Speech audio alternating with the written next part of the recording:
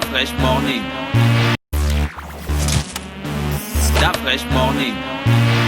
On fait un big up spécial à Jorel avec nous sur les 104.5 bien connectés dans le Da Fresh Morning. On a Yann Bouchard avec nous. Yann Bouchard, bonjour. Bonjour. Comment tu vas ce matin? Ça va, ça va. Alors, vous faites partie d'un collectif. Tu es avec Emmanuel Zuela, c'est ça? Exactement. Emmanuel, bonjour. Bonjour Da Fresh. Comment tu vas?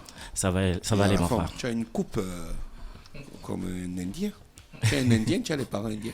Non, du tout. Je suis gabonais 100%. Ok. Alors, vous êtes un collectif. Oui. Rappelez-nous lequel. Le collectif, déjà, merci Da Fresh pour la possibilité que vous nous offrez à communiquer sur votre radio. Je le dis ici, vous êtes Urban FM et carrément la meilleure, l'une des meilleures, sinon la meilleure des radios au Gabon. Et c'est un plaisir pour nous d'être ici avec vous ce matin pour communiquer sur notre collectif qui est le collectif des employés du secteur nocturne, nuit. D'accord. Mais il y a déjà un collectif aussi. C'est quel collectif? L'autre collectif, c'est le collectif des établissements de nuit. nuit. Oui. Voilà. C'est des employés de nuit. Voilà. C'est quoi votre problème en fait? Ça ne marche pas depuis que le Covid est arrivé? Bien sûr, c'est un peu les difficultés que nous offre la vie depuis le début du Covid-19. Et nous avons décidé de mettre en place un collectif qui réunit un peu tous les acteurs, sinon les employés des secteurs. Comment vous faites pour vivre depuis que les boîtes de nuit sont fermées, les établissements de nuit sont fermés? Ben depuis le début d'abord, on survit. On commençait avec des économies le premier, le deuxième mois en pensant que ça allait passer. Mais à partir du troisième mois, c'était vraiment... les économies. On est arrivé au niveau où il fallait commencer à vendre les appareils de la maison pour arriver à s'en sortir. Jusqu'à ce niveau. Mais nous sommes arrivés même. Il y a certains qui sont arrivés même jusqu'à vendre le linge. Le linge du corps. Comment tu te poses une question? Comment un père de famille qui ne travaille plus depuis 9 mois, comment il fait? Nous, on en parle ici. On en a encore parlé, je crois, hier. Et je ne me rendais pas compte de l'extrême précarité qui est désormais la leur, en fait. Ouais. Parce que si on arrive déjà à vendre son matériel ou encore ses habits pour vivre, c'est dangereux. Mais le gars, il n'a plus de travail. Depuis 9 mois, un père de famille, tu n'as plus ton seul revenu, tu le perds. Et deuxièmement, le contexte actuel du pays fait que tu peux postuler dans quel domaine? Parce que même les autres domaines, il y a des structures et des entreprises qui sont en train de faire partir certaines personnes pour, par rapport aux problèmes économiques et tout le reste. Donc, comprenez qu'aujourd'hui, pour nous qui avons perdu notre boulot depuis maintenant aujourd'hui 9 mois, même si tu veux te convertir dans autre chose, déjà, c'est un secteur sensible. Et après, tu veux te convertir, les entreprises en ce moment n'embauchent presque pas. Mais le gouvernement a quand même mis en place des mécanismes pour pouvoir vous venir en aide. Ils ont annoncé le ministre de l'économie l'a dit plus d'une fois, il y a des guichets qui ont été ouverts pour vous faire recenser, pour que l'État puisse vous venir en aide.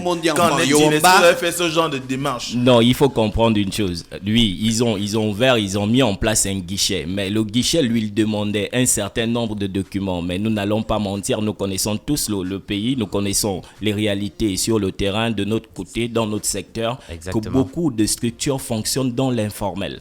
Voilà pourquoi nous avons mis en place ce collectif pour défendre, parce que ces structures peuvent fonctionner dans l'informel, mais le personnel à l'intérieur, eux, ils subissent cela. Exactement. Da Fresh, ici, nous parlons avec des mots.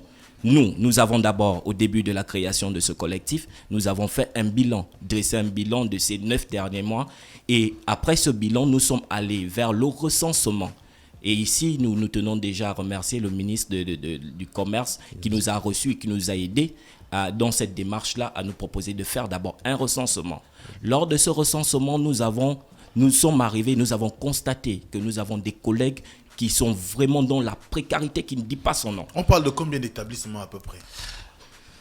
Bon, actuellement, il n'y a pas un chiffre. Les je ne peux pas donner un chiffre, mais les personnes moi, ceux que vous avez pu recenser. Les membres, actuellement, on tourne autour de 500 membres qui ont 564. adhéré. 564. Récemment, il y a encore d'autres qui ont encore adhéré. Et depuis qu'on a tenu notre point de presse lundi, avec certains médias, il y en a encore plein maintenant qui sollicitent d'adhérer. Donc là, dedans, il y a les managers de boîtes. Les managers, les barman, les serveuses, les ménagères, les portiers, toutes les personnes qui sont dans le système des boîtes de nuit en fait. Les DJ également. Dingue, hein. Mais en fait, la question, quand on groove là, excuse-moi Mosley, quand on groove là, on ne sait pas à quel point ça nourrit les familles. Mais bien sûr. Énorme. Pourquoi vous nous critiquez souvent que dans vos boîtes de nuit, celui-là il rentre, il est bourré.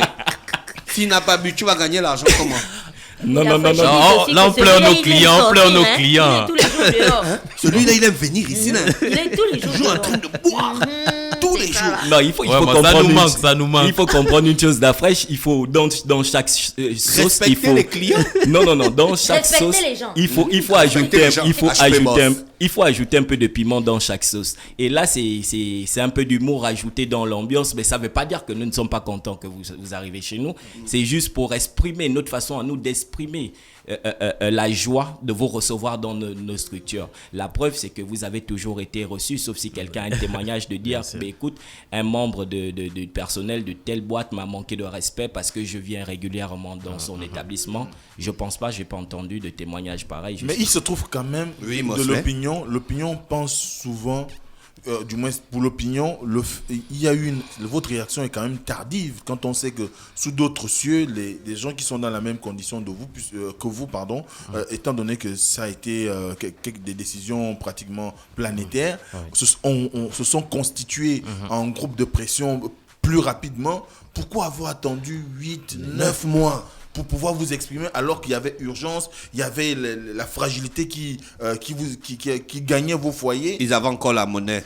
Non, c'est pas qu'on avait encore la monnaie. En fait, au départ, on était encore chacun dans son côté individuel à chercher des solutions. Exactement. Et ensuite, les responsables que nous nous sommes réunis et nous avons, parce que ici et là, on entendait des rumeurs et on voyait, c'est pas quelque chose qui passait dans l'espace et nous, on n'entendait pas. On entendait et on voyait même. Et ensemble, on s'est assis, on a réfléchi, on a dit, mais les gars, mais parce que là, on dirait que c'est chaud. Ça risque pas de s'arrêter maintenant. Qu'est-ce qu'il faut faire? Là, nous avons rajouté aussi, par rapport à ce qu'il dit, qu'on avait aussi tous espoir que les choses s'arrangent en fait, que les choses, que notre secteur devait faire partie des mesures d'assouplissement que l'État a mis en place avec au fur et à mesure. Au fur et à mesure, on avait espoir, mais malheureusement, et nous comprenons très bien que notre secteur est un secteur très sensible. Nous comprenons et nous respectons justement toutes les mesures prises par le gouvernement. Nous comprenons aussi que notre secteur est un secteur sensible. C'est la raison pour laquelle, malgré ça, ce que nous venons demander, c'est des mesures d'accompagnement. Parce que nous savons et nous sommes conscients que nous serons peut-être le dernier secteur à ouvrir même. Sur le plan sanitaire ou bien sur le plan financier? Mais c'est tous les plans. Si le Covid mais à l'heure actuelle, l'aide doit être multiforme. Si le Covid ne vous tue pas, c'est la fin qui va vous tuer. Là, par exemple, c'est la rentrée scolaire. Beaucoup d'enfants, actuellement, des membres de notre collectif, n'ont pas encore repris le chemin, la route de l'école parce que il n'y a pas d'argent pour payer la scolarité des enfants, pour payer les fournitures et tout le reste. Si déjà il est difficile pour un Gabonais de se nourrir, comment il envoie ses enfants à l'école?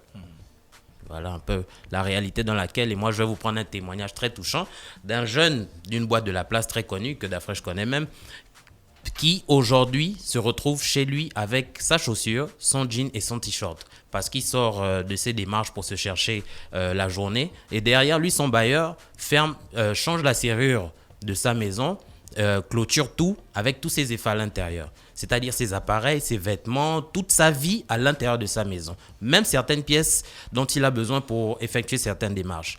Et le jeune s'est retrouvé comme ça du jour au lendemain à la rue parce qu'il a près de 700 000 d'arriérés de loyer depuis le début de la pandémie. Et des témoignages comme ça, je peux vous en citer plein. Il y a un autre qui a son enfant qui est né à l'hôpital, dans une clinique privée, parce que l'enfant devait subir des opérations, est né prématuré, dans la couveuse, se retrouve avec une facture d'hôpital de près de 2 millions et quelques. Plus de 3 millions avec l'hôpital. Et voilà, et il se retrouve dans une situation où il ne peut ni sortir sa femme, ni sortir son enfant de l'hôpital. Voilà des situations dans lesquelles, les réalités dans lesquelles se trouvent actuellement les jeunes Gabonais de ce secteur. Et pas des jeunes, nous avons des mamans, nos ménagères qui prenaient soin de nos structures, qui sont aussi dans la difficulté. Leurs enfants sont à la maison, les enfants ont faim. c'est vraiment, je vous jure que c'est vraiment compliqué. Il y a quand même qu'un certain nombre de structures se sont quand même adaptées au contexte. On a par exemple une boîte de nuit de la place qui s'est transformée en burger, à bar à burger. Est-ce que vous n'avez pas pensé aussi à ce genre d'option? Il faut comprendre. Par exemple, la restauration, ils ont quitus de pouvoir réouvrir, par exemple. Il faut comprendre une chose, nous sommes il y a des clubs, des snack bars, tu vas imaginer un club transformé en restaurant, ça le fait même pas. Déjà même les mesures barrières qu'ils ont essayé de mettre en place, ils ont dit il faut de la terrasse et je pense que ces structures-là ont des terrasses. Voilà. Donc demander à une structure fermée de se transformer déjà en resto, autant l'ouvrir en boîte de nuit. Et je tiens aussi à ajouter que nous représentons tous les employés du secteur de la nuit, donc des petites bars, lounges de quartier et tout le reste. Et pour beaucoup, ils n'ont même plus de nouvelles de leur patron. Donc, ils appellent même le patron ne décroche plus, quoi. Donc, c'est pour vous dire que même si le patron... Mais voilà, donc c'est pour vous dire que si le patron n'a pas choisi de faire autre chose ou de se convertir dans autre chose, parce que peut-être le patron, il a son travail aussi et peut-être c'est un business parallèle. Donc, comprenez que la situation des employés c'est pas la préoccupation. Exactement. Donc, du coup, voilà pourquoi nous, on a fait ce collectif justement pour réunir tous ces employés du secteur nuit, qu'ils soient dans un bar en Zayon, derrière à Oungu ou à Kanda et tout le reste, c'est de se réunir ensemble pour ensemble trouver des solutions. Voilà. Donc, les gars, c'est dingue, hein? Donc, vous avez envoyé des courriers? Oui. Déjà depuis... Oui, on a fait énormément de démarches déjà jusque-là. De ces courriers, des courriers déposés? Du ministre du Commerce, oui. C'est d'abord depuis la première démarche, on l'a menée vers le Grand Palais auprès du président, chef de l'État, M. Ali Bongo Ondimba. Ouais. Et le 5 août et le 16 septembre, nous avons reçu une réponse et qui nous conduisait vers le ministre du Commerce afin que le ministre s'occupe de notre situation. Et le ministre nous a reçus, il a été vraiment quelqu'un, il a compris notre situation et c'est vraiment un monsieur au grand cœur. Je salue déjà sa sagesse. Il nous a envoyé faire un recensement parce qu'il disait aider le nombre qu'on avait à l'époque lorsqu'on s'est présenté était peu. Il disait si vous êtes dans la merde, il vaut mieux aider tout le monde, rassembler tout le monde afin d'apporter une aide à tout le monde. Exactement. Donc vous avez envoyé le recensement en question? Oui. Le 11 dernier, le 11 novembre, nous avons déposé... combien de personnes? Malheureusement, monsieur le ministre, lui, nous rappelons que l'administration, c'est le document, c'est la documentation. Donc, il faut prouver que tous les membres qui adhérents de ce collectif appartiennent bien à une structure. À travers des attestations, à travers des bulletins de salaire, des contrats de travail. Et nous revenons encore sur le point où nous savons tous... Exactement. Les vôtres, maintenant là... Avez-vous des nouvelles? Du coup, vous êtes-vous adressé au ministère des actions sociales, des affaires sociales. Des affaires sociales. C'est le ministère qui était en charge de la distribution des kits alimentaires à cette époque. Est-ce que vous leur avez adressé un courrier? Parce que l'on est clairement dans un problème social. Ça doit se faire dans les jours parce qu'on on avait des démarches chaque semaine. On a les entreprises, les ministères, les mairies, parce qu'aujourd'hui on ne peut pas restreindre notre acte parce on a tellement besoin d'aide qu'on essaye de vraiment toucher tout le monde. Exactement. Même les personnes sensibles à notre appel qui peuvent nous apporter une aide. Donc pour cette semaine justement, il est conclu qu'on devait déposer un courrier exactement. Au regard de ce qui revient comme, on va dire, suggestion de la part du ministère du Commerce, est-ce qu'en retour, vous êtes disposé à pouvoir au moins constituer vos entreprises, faire reconnaître vos entreprises par les instances habilitées? Bon, moi je pense que cette question, je tiens à préciser que nous c'est le collectif des employés de la nuit. Oui. Donc il y a le collectif. Vous devez quand même faire aussi pression sur les exactement. Les propriétaires ou les promoteurs. Et maintenant que nous sommes en maintenant que nous sommes en collectif, elle est quand même appelée à réouvrir un jour. Bien sûr. Mais il faudrait que à la réouverture, ils soient en mesure de pouvoir sécuriser ses employés. Ça, c'est un point qu'il faut adresser au collectif des établissements. Eux, là-bas, vous allez retrouver pas mal de patrons. Et je pense qu'eux, ils pourront pour ceux apporter qui ont le travail, pour ceux qui sont dans votre collectifs et qui ont quand même un petit boulot, qui commencent à se protéger juridiquement, quoi. Bien sûr. Contrat, bulletin de salaire, même exactement. si c'est voilà, on vous demande le bulletin de salaire. Et je pense que ce sera, je pense après la parenthèse Covid, je pense que notre combat aussi va se tourner dans ce sens, parce que il faudra justement, la situation nous montre combien de fois la blague que vous avez faite là, c'est pas bon. Bon, voilà, il faut comprendre une chose, Dafresh. Dans ce secteur-là, les gens qui sont généralement employés, pour beaucoup, ils n'ont pas d'expérience, ils n'ont pas de diplôme. Ouais. Ils arrivent là, c'est des gars qui galèrent, c'est des gens qui galèrent au quartier, qui ont besoin d'avoir. Oui, mais voilà pourquoi il vous faut un collectif. Tu sais, il faut un collectif dans tous les secteurs. C'est comme le collectif des footballeurs professionnels. Voilà. Parce que le collectif là, c'est le collectif ou c'est l'association. L'association. Dès que cette association existait, la fois ils ont commencé à mettre la pression aux clubs qui ne payaient pas les footballeurs, qui ne s'occupaient pas d'eux quand ils étaient blessés et ainsi de suite. Et on a vu comment ces dernières années leur situation s'est considérablement améliorée. Vous allez participer au développement du pays parce que les patrons auront des contrats.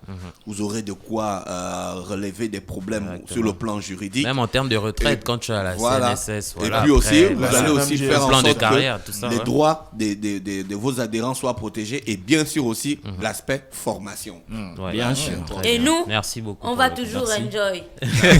Merci Yann Bouchard et Emmanuel Nzué est là. Merci d'avoir accepté notre invitation. C'est nous qui vous remercions. Et si tu permets, Dafresh, juste encore rappeler à tout le monde que ceci est un appel, un cri de détresse vraiment. Et ce cri de détresse est adressé pas seulement aux autorités, mais aussi à toute personne de bonne foi capable de nous apporter une aide, peu importe son aide, qu'elle soit multiforme.